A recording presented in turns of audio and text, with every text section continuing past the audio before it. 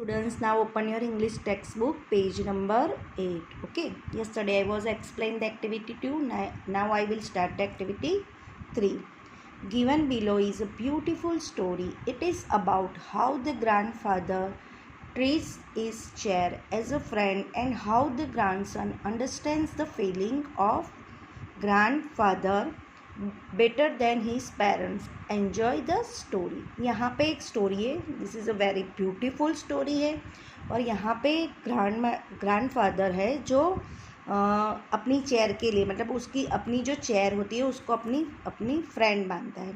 और जो ग्रैंडसन है वो उनको बहुत अच्छी तरह से समझते हैं और उनकी फीलिंग को वो अंडरस्टैंड, मतलब बहुत अच्छी तरह से समझते, जैसे उनके पेरेंट्स नहीं समझते हैं उससे ज़्यादा वो ग्रैंडसन समझता है. तो उसी के बारे में यहाँ पे स्टोरी है. ग्रैंडपास फ्रेंड 1. क्या है story? ग्रैंडपास friend 1. So start. Mom, I am home.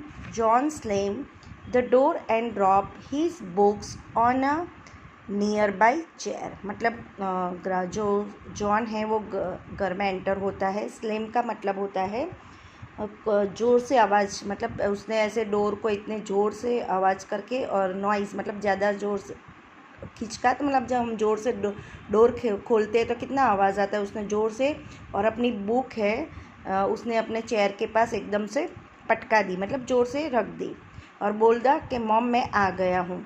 Something smells goods with his noise in the air. He followed the sweet aroma into the kitchen. उसको एक अच्छी सी खुशबू आने लगी.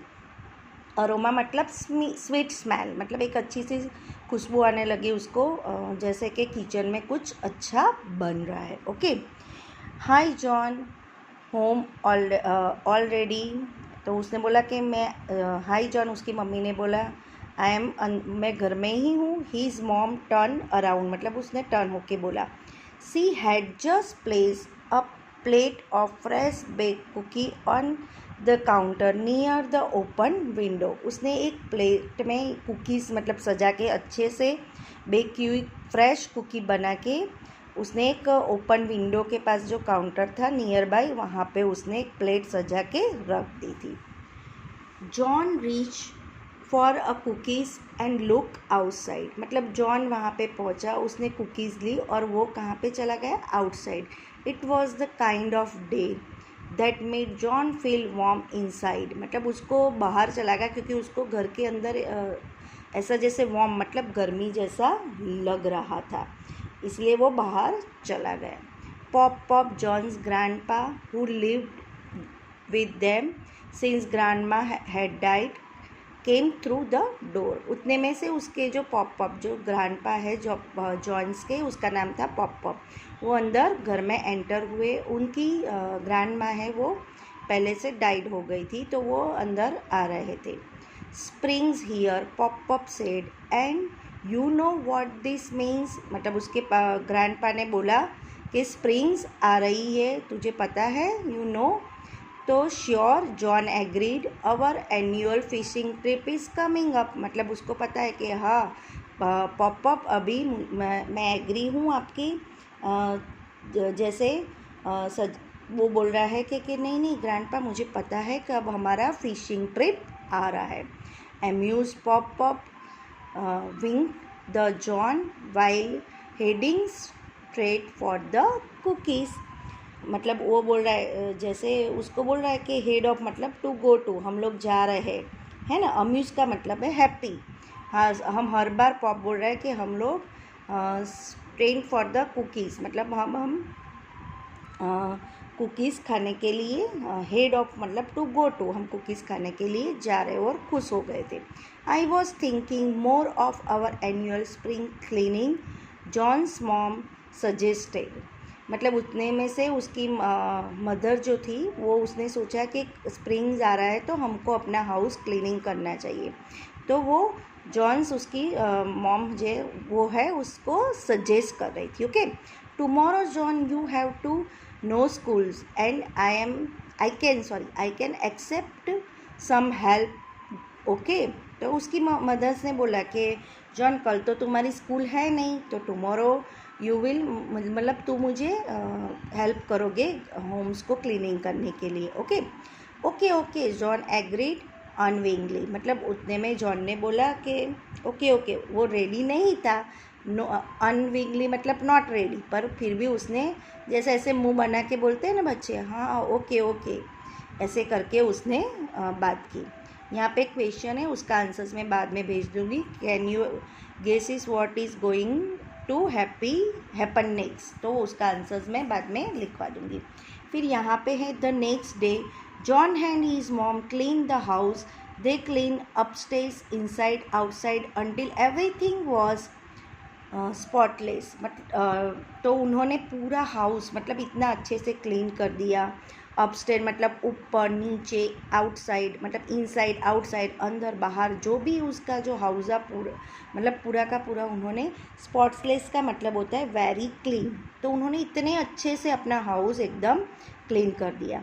Tide they sank into the couch. मतलब वो लोग Tide हो गए, और कोच का मतलब होता है सोफ़ा, और वो सोफ़ा पे बैठ गए मतलब लेट गए.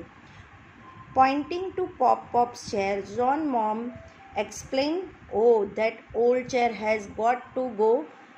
We will buy Pop new chair." उतने में से जॉन की मम्मी की नज़र कहाँ पे गई?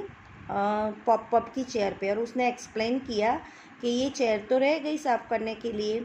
एंड उन्होंने बोला ये चेयर बहुत ओल्ड हो गई, मतलब पुरानी हो गई है, तो हम पॉप्स के लिए नई चेयर परचेज़ करेंगे, मतलब खरीदेंगे. ऐसा उन्होंने एक्सप्लेन किया. ओके.